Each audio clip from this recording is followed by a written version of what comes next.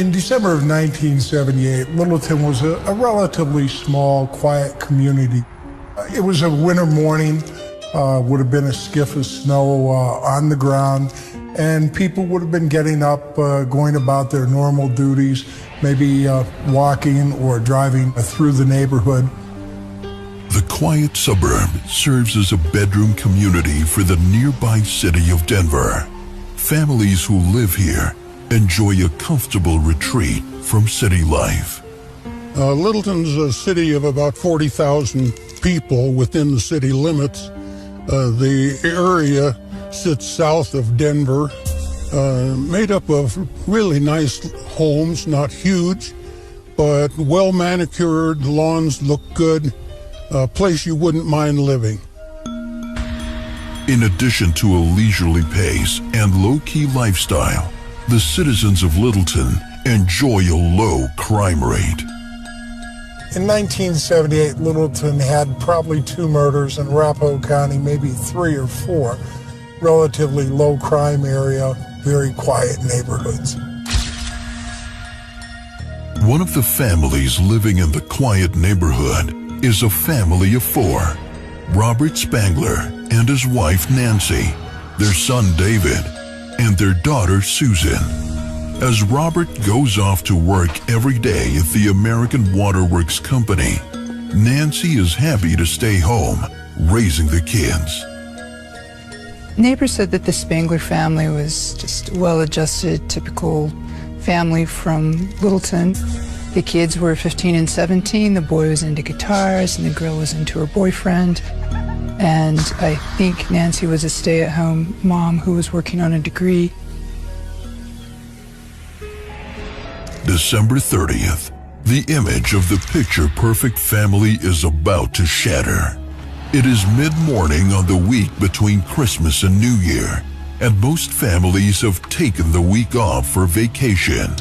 Tim Trevithick, the 16-year-old boyfriend of daughter Susan Spangler, arrives with plans to spend the day with Susan. Tim had been to the house the night before and left the early morning hours.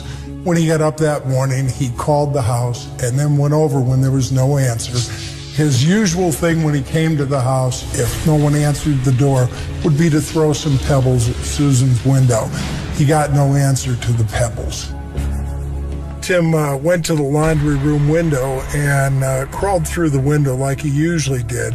He went upstairs to Susan's bedroom, and as he entered the door, he hollered for her to wake up.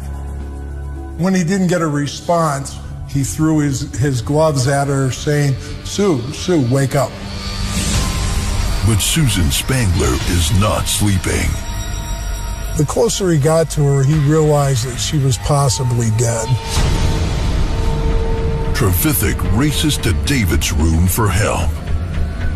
He turned around and ran across the hallway to her brother David's bedroom. And he found David half in and half out of the bed, and there was blood on the floor around him. Susan's boyfriend calls the police in a panic. Authorities from the Arapahoe County Sheriff's Office arrive right away and secure the premises. What they discover is a crime scene so grisly, it defies all comprehension. Susan was shot and had a single gunshot wound to her chest, and it appeared to be she was shot from a distance and probably died fairly quickly. David, he also had suffered a single gunshot wound to his chest. It is not over yet. A third deeply disturbing scene waits for the police in the basement.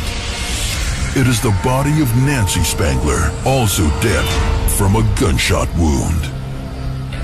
Mrs. Spangler was found in the basement of the residence. She was found seated, slumped over to the right in front of a typewriter. The gun was found a short distance away. There was a typewriter on the table, and there was a note in the typewriter. Investigators read the letter. It appears to be a suicide note. The suicide note was like an explanation of what had happened Nancy explained how she had found the gun by accident and didn't know why she never told him she had found the gun. She mentioned that she decided to do this, and they had argued about who would have the kids, and she stated, "I guess I will," in the note. The typewritten note is signed with a single handwritten letter, the letter N. It appears to police to be a double murder-suicide, but the investigators from the Arapahoe County Sheriff's Office are careful not to rule out any possibilities.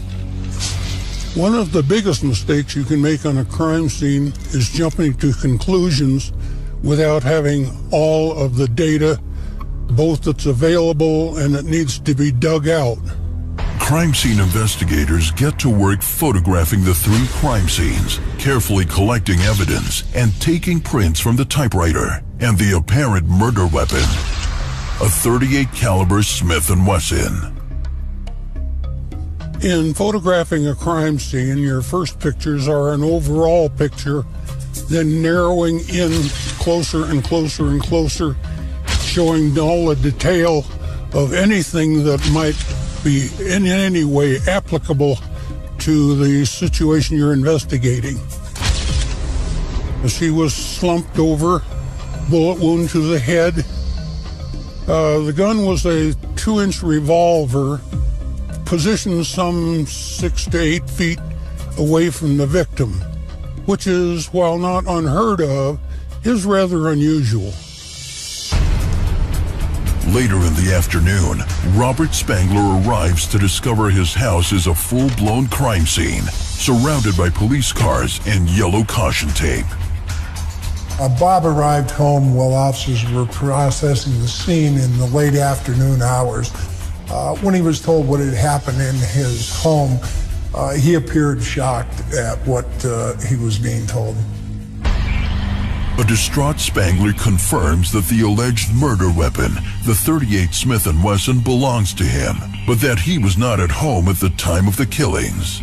As Spangler tells the police his story, a different picture of the family starts to emerge. They met young. They were both from Ames, Iowa. He was a football star. She was a beauty pageant contestant. And they were young sweethearts. They married young. Robert Spangler, according to people who knew him, said that he was a nice man. They thought he was charming, outgoing. You know, they said he was generally a good neighbor. They thought he was a good provider. It is a different picture from the apparent murder-suicide the police discover on December 30th. Nancy's parents and most of her family just never even considered this possible. She wasn't the type. She would never hurt herself or her children, and she was nervous around guns, so they didn't believe it. Police from the sheriff's office interview Robert Spangler. He admits he and Nancy have been having marital problems.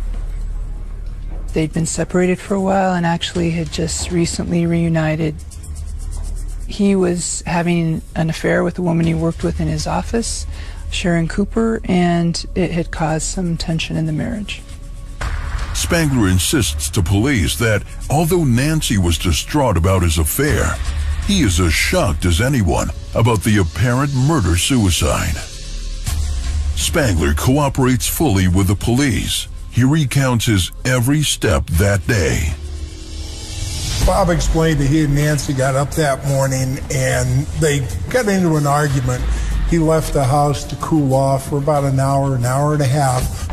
Said that he drove around listening to the Bronco game on the radio and then later went to a movie that afternoon. To help with their investigation, Spangler agrees to take a polygraph test, but the results come back inconclusive. Our polygraph operator, he reported back after making an attempt at it, the Spangler was so uptight that any results coming from that polygraph machine would be meaningless. Finally, crime scene investigators check Spangler's body for any trace of evidentiary material. We're looking for signs that the person had handled a gun or had fired a gun or had touched a gun after it had been fired. It usually takes some time to get the results back, certainly not in the same day, perhaps not even in the same week. The gun residue swabs are sent to the Colorado Bureau of Investigation for full analysis. In the meantime, police conclude their interview with Robert Spangler, and he is free to go. But the Spangler residence is still a cordoned-off crime scene. I was asked to have Spangler stay at my house because it was obvious he could not stay at the crime scene. When we were at my house, I was surprised at how calm he's appeared to be, having lost family earlier in the same day. On January 3rd, the coroner rules the case a double murder-suicide. But soon, evidence will emerge that Robert Spangler knows more than he is letting on.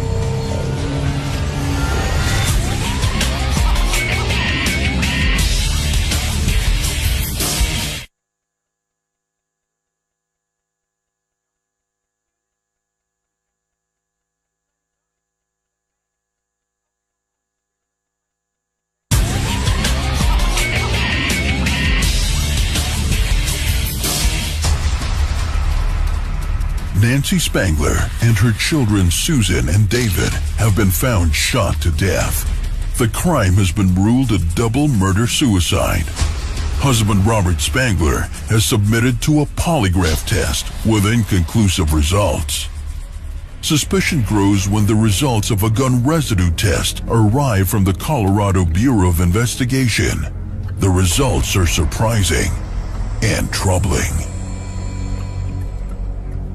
Gunshot residue tests were completed on both Bob and Nancy. Nancy's test did not reveal the presence of any gunshot residue. However, one of Bob's hands tested positive for the residue. February 3rd, in a follow-up interview with police, Robert Spangler makes a change to his story. Later on, Bob had an explanation for the gunshot residue. He said that he actually did go into the house, went downstairs and found Nancy, and the gun was close by. He explained that he had picked it up, stepped back, making the statement, "Oh my God," and then dropped the gun onto the floor, turned around and left the residence. During the investigation, police had noted 2 sets of tire tracks in the freshly fallen snow on the day of the killings. The tracks match the tires on Spangler's car. This supports his new story about arriving at the crime scene and leaving again. Despite the official ruling, Nancy Stallman's family is convinced of Nancy's innocence. Further, they suspect Robert Spangler knows more than he is letting on. After Nancy's death and the children's death, the family saw Bob Spangler at the funeral services. He had hastily cremated the body. He was accompanied at the funeral by a girlfriend.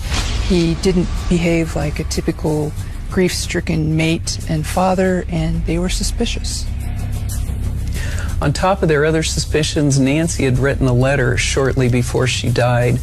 And in that letter, she was talking about the future. She was excited about things. She said that, they were trying to reconcile. And it did not sound like someone who was despondent and thinking about suicide. The close-knit community of Littleton is devastated to learn of the family's deadly tragedy. Despite the suspicions of the community and some members of the police, the case is closed. Life in Littleton goes back to normal. But for some, there are still too many questions that need to be answered.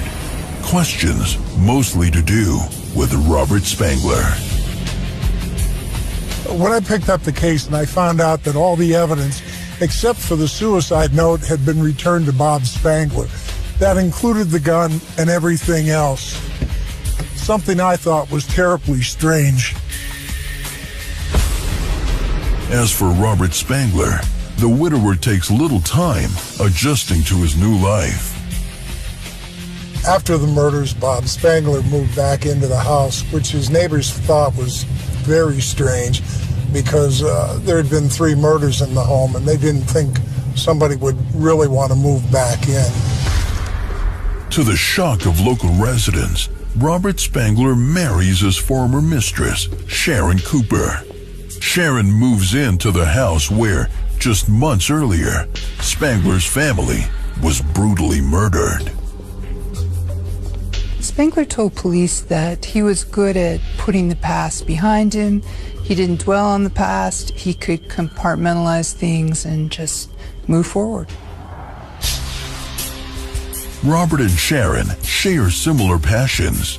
The couple make frequent hiking trips to the surrounding area.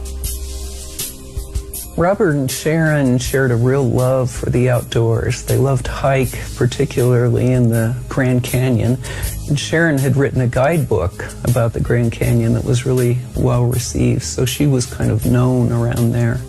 Sharon's book, On Foot in the Grand Canyon, is widely regarded as an authentic look at the pleasures and very real dangers of hiking the canyon's steep trails. The Grand Canyon is a place that draws backpackers and hikers to have an outdoor experience. It is an incredible location. However, it is not to be taken lightly. The trails are precipitous. It's not like there's guardrails or safety nets or that sort of thing. The Grand Canyon Rangers rescue hundreds of people a year. And there are deaths that occur in the Grand Canyon. With a new wife and 3 dogs, it looks like domestic bliss. Robert Spangler described Sharon as the love of his life. She was his second wife, and he described that they had a unique relationship. And she was a bubbly, outgoing person, according to those who knew her, quite different than Bob's wife. But after a few years, trouble emerges once again in the married life of Robert Spangler. Shortly after Robert Spangler's father died, Sharon Spangler began a real emotional downturn. You can draw all kinds of inferences from her behavior as to what she was beginning to understand about Robert. All in all, it does appear that Mr. Spangler was not having very good luck with wives, or his wives were not having very good luck with him. In about 1986, the sheriff's office received a panicked phone call from Sharon Spangler, and when officers talked with her, she told them that her husband was out to get her. He was after her. And the authorities had to go out. They found her in a closet, panicked, and they had to take her to the hospital. Robert Spangler and Sharon Cooper get divorced. It is the second Spangler marriage to end in a shroud of mystery. Sharon Cooper moves out of the house and out of Littleton. The divorce takes a financial toll on Spangler as he is forced to go back to work in order to make monthly spousal payments, as well as payments of over $150,000 in stocks and bonds. At age 55, Robert Spangler is once again a single man. He wastes no time hunting for a new partner.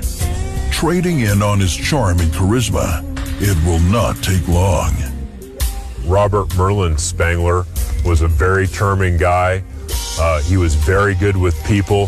He was the kind of guy, immediately upon meeting him, you'd absolutely like him, and he could befriend you very quickly. That was part of his personality, absolutely. Spangler places a personals ad in the Denver Weekly. One of those to respond is a retired bookkeeper from nearby Evergreen, Colorado, named Donna Sundling. Donna was a really nice person. She'd do anything for anybody. She was a lot of fun to be around, and never a harsh word. She was just a great person. Donna and the newly divorced Robert Spangler begin a whirlwind courtship. By August of 1990, they are married, and Spangler convinces Donna to move with him to the small tourist town of Durango. But in a now familiar pattern, a shadow soon falls on the marriage, a potentially dangerous shadow.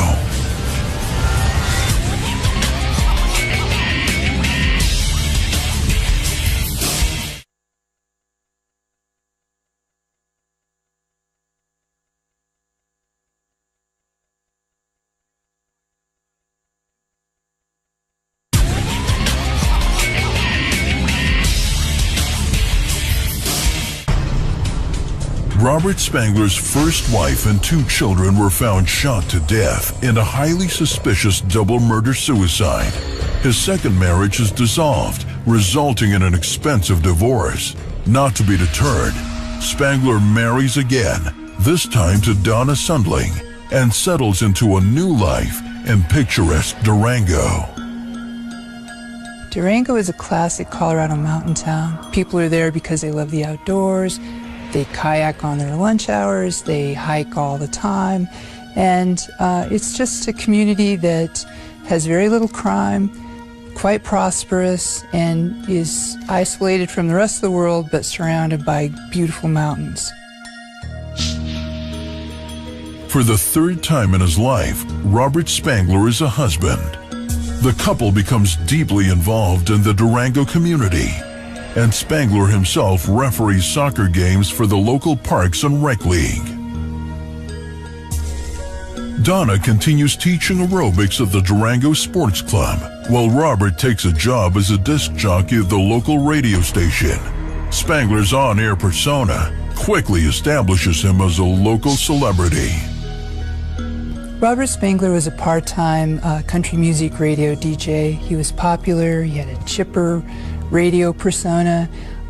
He was well liked and recognized wherever he went. He was always friendly and open. People liked him.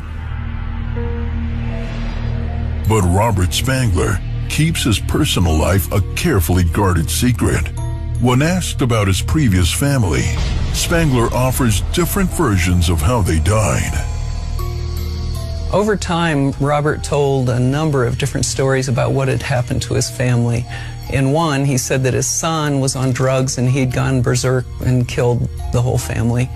In another, he said that there had been a car accident, that he was behind the wheel, the rest of the family died, and he was injured but survived. And then he did tell some people that his wife had gone berserk and killed the kids and then killed herself. To all appearances, Robert and Donna enjoy married life, being active and spending their free time outdoors. Spangler turns his love of hiking into a part-time job, giving guided hikes of the Grand Canyon for tourists. But Donna does not share her husband's enthusiasm for the canyon. Donna always had a fear of heights, buildings, driving in a car next to a steep cliff or something. It always disturbed her. And when they were hiking in the canyon, they always went down on the more gentle trails because there wasn't the big drop-off and the fear. Soon, Donna stops going on hikes altogether. Spangler becomes distant, and the couple grows apart. By spring of 1993, Donna knows her relationship with Robert Spangler is in trouble. In a last-ditch effort to save the marriage, Donna agrees to one more hike in the canyon, despite her fear of heights. This time, the couple is alone. Donna would not have chosen to hike the Grand Canyon on her own, but Robert had talked her into one last trip because they were trying to patch their marriage up at the time. But Donna tries to remain positive, and the couple leaves for a weekend excursion to the Grand Canyon.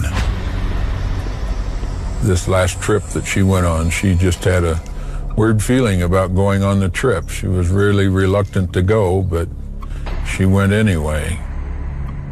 Although Donna Spangler suffers from vertigo, she is willing to face her fear to save her marriage. But trouble in a marriage to Robert Spangler can have deadly consequences. Easter Sunday, the couple sets out for the Horseshoe Mesa section of the Grand Canyon on the fourth and final day of their camping trip. It will be the last thing Donna Sundling Spangler will ever do. Just before noon, Robert Spangler shows up at the backcountry office. He claims there has been a terrible accident involving his wife. Robert told the Rangers that he was setting up his tripod to take a picture and that his back was turned to Donna, and when he turned around, she was gone, that she'd gone off the edge.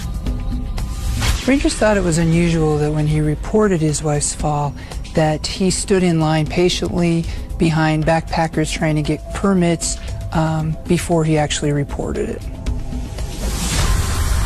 Park authorities raced to the location of Donna's lifeless body at the bottom of the canyon.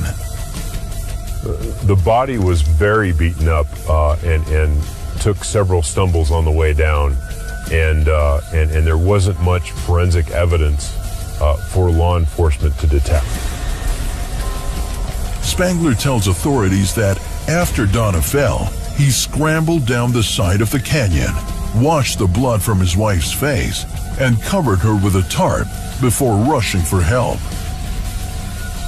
In comparison to other homicide crime scenes where you typically have witnesses that have seen or heard something, or you have forensic evidence at the scene that you can collect, law enforcement was very challenged at this particular crime scene because there wasn't any of that. If somebody didn't see the fall, there's really nothing else to go on at that point other than his statements. After questioning Spangler about his every movement that day, park authorities released the grieving husband.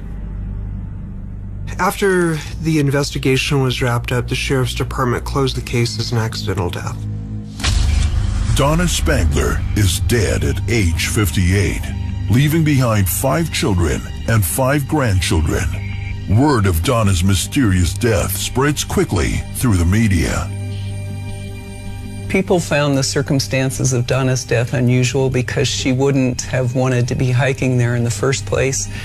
And then the fact that it was during a picture, it's kind of an old bad joke, you know, someone standing on a cliff edge and someone else taking their picture, and all of a sudden they fall off the edge. Even though Bob Spangler had always been a perfectly likable, reasonable guy, and we had no other reason to suspect him, the story just didn't ring true with us, and my editor and I and a lot of people just felt like he pushed her. The local community reacts to the tragedy with shock and disbelief. Even though Bob Spangler wasn't charged with anything, gossip and suspicion lingered. And in a small community like that, we knew when he was dating someone. A mutual friend was supposed to go to the Grand Canyon with him for a hike, and all her friends advised her, don't go to the Grand Canyon with this guy. Robert Spangler has Donna's remains cremated before her family can make it to Colorado. At the memorial service, he delivers a eulogy which a friend later describes as tearless and weird. People started thinking that Robert Spangler's past was odd because he had 2 dead wives and he had a dead family, and the circumstances were not normal. One was a suicide murder and one was slipping off a trail at the Grand Canyon. Robert Spangler is single for the 3rd time in his life. For some, the pattern of sudden bachelorhood is just bad luck. For others, it is a clear sign of something dark and deadly and the secret life Spangler keeps well hidden. He has a way of dealing with problems permanently.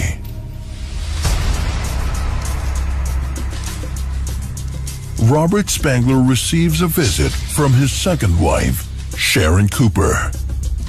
A year after the Grand Canyon incident, Sharon Spangler, his second wife, was going through a tough time, and she actually moved back in with him in his Durango home.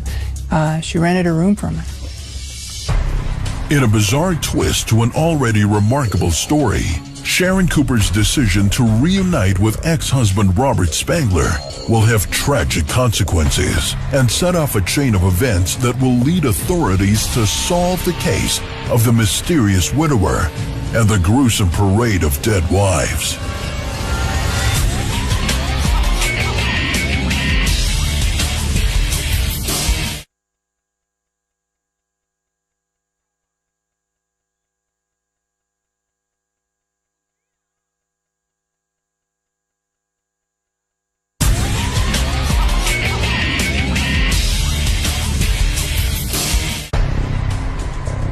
Local radio personality Robert Spangler has already lost his first and third wife under mysterious and violent circumstances. First wife Nancy Spangler allegedly shot their 2 children before turning the gun on herself. And Spangler claims his third wife fell to her death in the Grand Canyon. But a shroud of mystery surrounds all these deaths and Robert Spangler himself. On July 14th, Spangler's second wife, Sharon Cooper, moves in with him after being estranged for 6 years.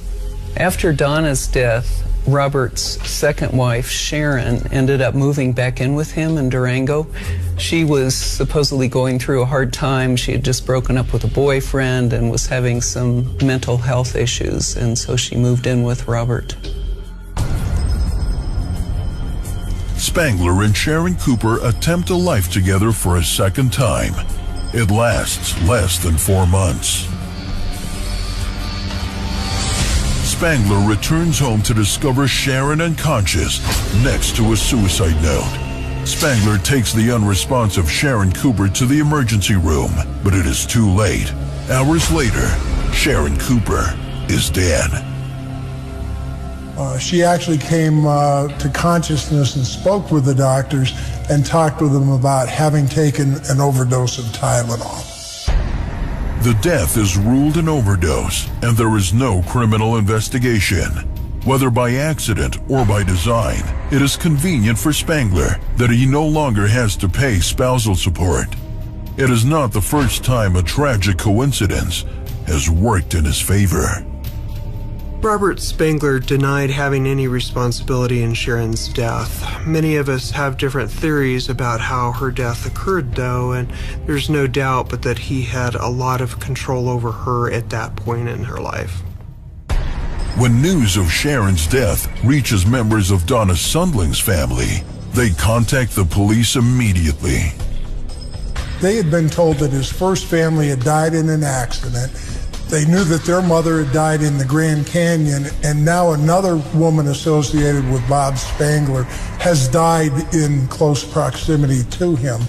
They began to wave flags, make calls to law enforcement, contacting agencies, and at that point, the Arapahoe County Sheriff's Office reopened the 1978 deaths of Bob's first family.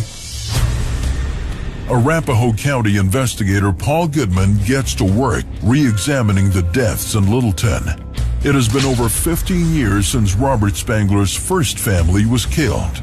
But Goodman and his team discover several pieces of evidence that shed a new light on what might have happened that December morning. The suicide note was strange because people usually don't explain why they are committing suicide, but yet this had a full explanation. It was typewritten, it was signed with the single letter N, which Bob explained was something normal for Nancy. She had a neurological disorder and often couldn't hold a pen long enough to write. Another strange thing was we found lots of checks that Nancy had filled out in their entirety in cursive writing and signed her full name to those checks. The other strange thing is that if she couldn't hold a pen long enough to sign a check, how did she hold a gun long enough to shoot her 2 children and then herself? The angle of the alleged suicide weapon, Robert Spangler's .38 caliber Smith & Wesson, plays the most critical role in determining just how Nancy Spangler died. This is a technique called test firing or proximity testing. and a weapon is fired at various distances from a target. You can see as the weapon is fired at very close ranges, and this is 1 inch, and we tested from 2, 3, 6 to 9 inches away. You can see as that distance increases, you get less soot deposited. We can take this data back and compare it with the entrance wound, and we can determine that when the weapon was fired, it was at least 6 inches from Nancy's head. Goodman enlists the help of Arapahoe County Coroner Dr. Michael Doberson. Together, they recreate the murder scene based on the autopsy report and crime scene photographs. We did come up with a study that was completed at that same period of time, and it involved 116 suicidal gunshot wounds, and most of them were to the temple area and into the mouth, and then a few into the back of the skull, into the brainstem area. And this is a highly unlikely place for a suicidal gunshot wound. What we typically see in self-inflicted wounds is a contact wound, and that's where the muzzle of the gun is in direct contact with the skin. What's more unusual is to see self-inflicted wounds that are fired at more of a distance. If it is fired at a distance, it's usually a relatively short one, but to have a self-inflicted wound have a range of fire of 6 to 8 inches is extremely unusual. Armed with proof that Nancy was murdered, Paul Goodman adds it to his growing file on Robert Spangler. In the meantime, Goodman has been working in conjunction with the FBI on the case of Donna Sundling, whose deadly accident took place on federal land in the Grand Canyon. The thing that makes this case really unique is that it's a multi-agency, multi-jurisdiction, multi-state investigation. There's a lot of forces to bear that are looking at Bob Spangler, and none of them individually just have enough to prove and establish probable cause to move a case forward. We didn't have a lot of forensic evidence. We didn't have witness statements. I think investigators quickly realized that unless we get a confession, it's going to be difficult to prove murder. But a full confession is unlikely from a man who for 22 years has declared his innocence in all of the deaths. FBI agent Leonard Johns seeks the help of expert profilers from the Bureau's Behavioral Analysis Unit.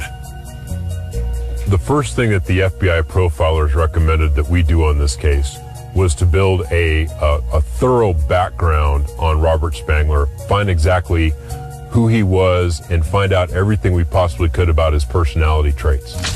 As we built more and more of a background on Bob Spangler, we quickly realized that he was very charismatic, he was very manipulative, he was very successful in everything that he did, and he usually got his way in just about everything in a personal and professional environment. Agent Johns works closely with county and state police to devise a strategy that will bring Robert Spangler to justice. Authorities keep close tabs on Robert Spangler, who is now living in Grand Junction, Colorado, a 3-hour drive south of Durango. Grand Junction is the largest town on the western slope of Colorado. It's about 50,000 people, mainly working class people. And it's the kind of town where a lot of people know each other. And at the time Robert Spangler was here, there were a lot of community theaters, so he was involved in that, and a lot of people knew him through that. Consistent with his profile, Robert Spangler is still craving the spotlight, working as an actor in the local dinner theater. While in rehearsal for one of the plays, Spangler discovers he's having trouble remembering his lines. He goes to a doctor to pursue the problem. The diagnosis is cancer. Spangler writes to family and friends to tell them of his condition. During our investigation, one of our people had talked to a woman. She later contacted him and told him that she had gotten an email from Bob explaining that he was suffering from a brain tumor, which was going to be fatal. Investigators are now in a race against time. The combined forces of Paul Goodman, Leonard Johns, and attorney Camille Bibles have to act fast if they are hoping to secure a confession and a conviction for Bob Spangler. The authorities descend on Grand Junction. To the surprise of no one, Spangler has married again to 53-year-old Judith Hilty. The police have to act fast before Robert Spangler's bad luck with wives claims another victim.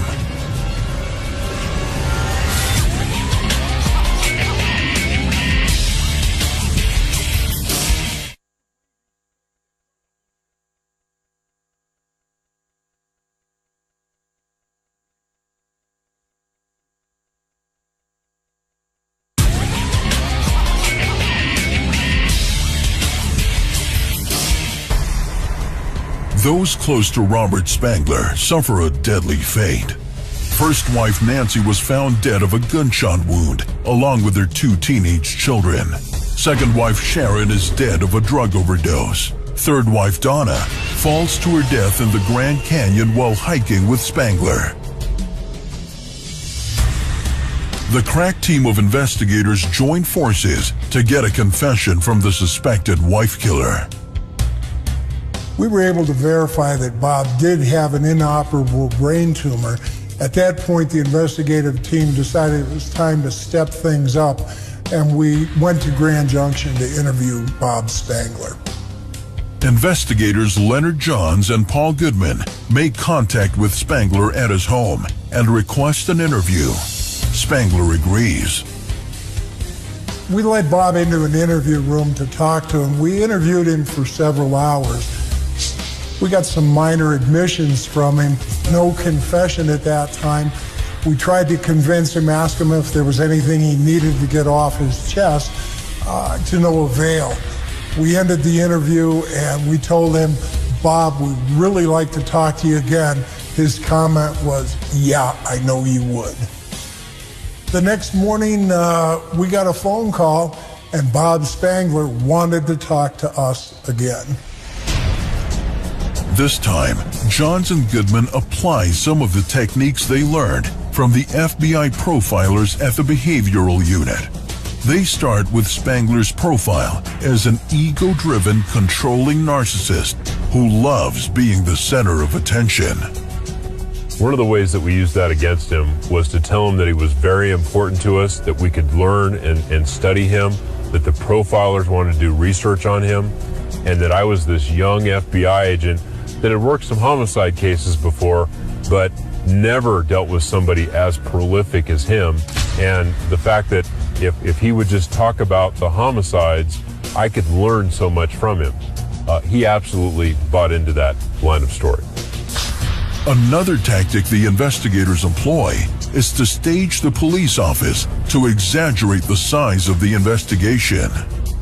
Other members of the team set up the sheriff's office to look like we had a task force on the case itself. On the board it said Spangler Task Force, several people in there on telephones and on computers.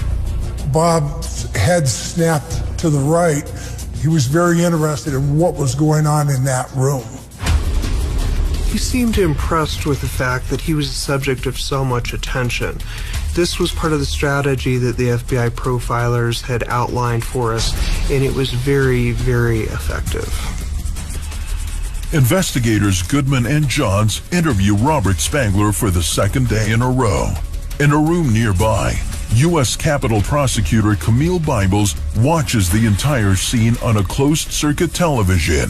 The profiler's strategy pays off. So I'm telling him that he's very important to us, that we can learn so much from him. The profilers want to study him and learn more about serial killers from him.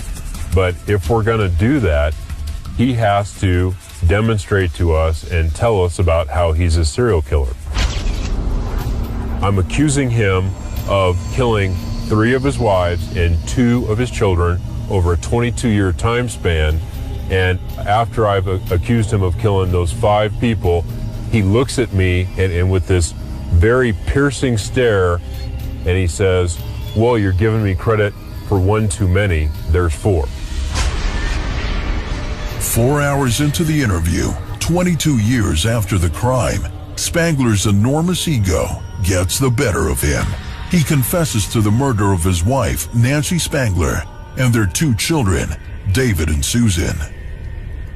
In chilling detail and with a blank expression on his face, the psychopathic Spangler describes the carefully planned slaughter of his own family.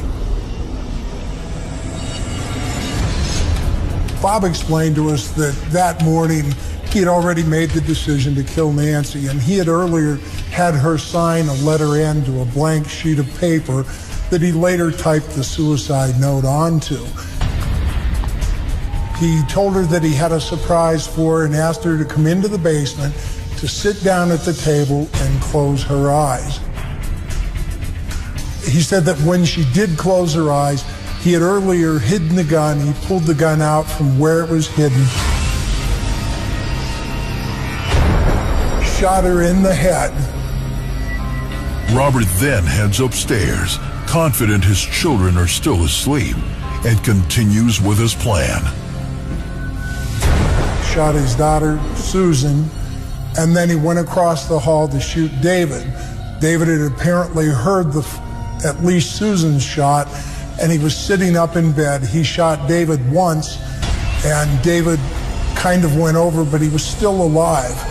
And he decided that it wouldn't be in keeping with Nancy having shot David if there were 2 bullets in him.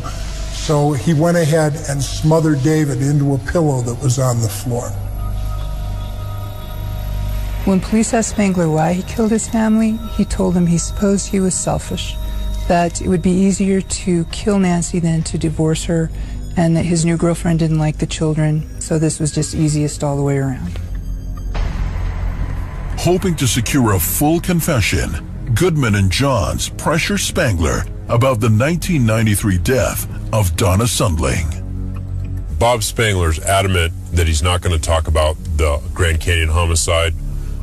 Donna has adult children, and he's very fearful that they're going to attack his assets if he confesses to her murder. We went back and forth, used several techniques. We even told him that he was interested in being known as a serial killer, but if he only killed the first family, he wasn't a serial killer. Eventually, he confessed to Donna's murder also. Through the media, news of Spangler's cold-blooded confession spreads across the state from Littleton to Durango to Grand Junction. Robert Spangler's confession was really shocking in Grand Junction. It was all people talked about for a few months. And part of the shock was that the people who knew him thought that he was a nice man. They couldn't believe that he could do such a thing. Robert Spangler is arrested and taken into custody. With a full confession already secured, there is no need for a criminal trial. Robert Spangler pled guilty to first-degree premeditated murder of Donna. As part of our plea, he also admitted the killing of Nancy and his 2 children in Colorado. We wanted to add that to our plea to give closure and finality to Nancy's family. At the plea hearing, for many journalists covering the case, it is the first opportunity to see the charming and psychopathic killer in the flesh. The courtroom was crammed with people. Some of the victims' family members were there, and his 4th wife was there. She was surrounded by friends who were kind of acting as bodyguards. And when Spangler came in, it seemed like he was on stage. He was smiling, he was winking at his 4th wife. You know, he seemed just so cold and unruffled, and he never did look at the victims' families at all. The sentence of life behind bars with no chance of parole is not the only life sentence for Robert Spangler. 9 months after his conviction, Robert Spangler dies in prison. But for the families and friends of the victims, the Spangler murders will leave a lasting, haunting impression. This crime is more heinous and cold-blooded than just about any crime I've ever covered. He killed his entire family, and then he left their family thinking for 22 years that their sister, daughter, whatever, had done this horrible thing and murdered her own children. And those people just lived with hell all that time. And that didn't seem to bother him. And then pushing the third wife off the cliff, you know, taking her up there and telling her that it was going to be a reconciliation. And it's just so cold-blooded.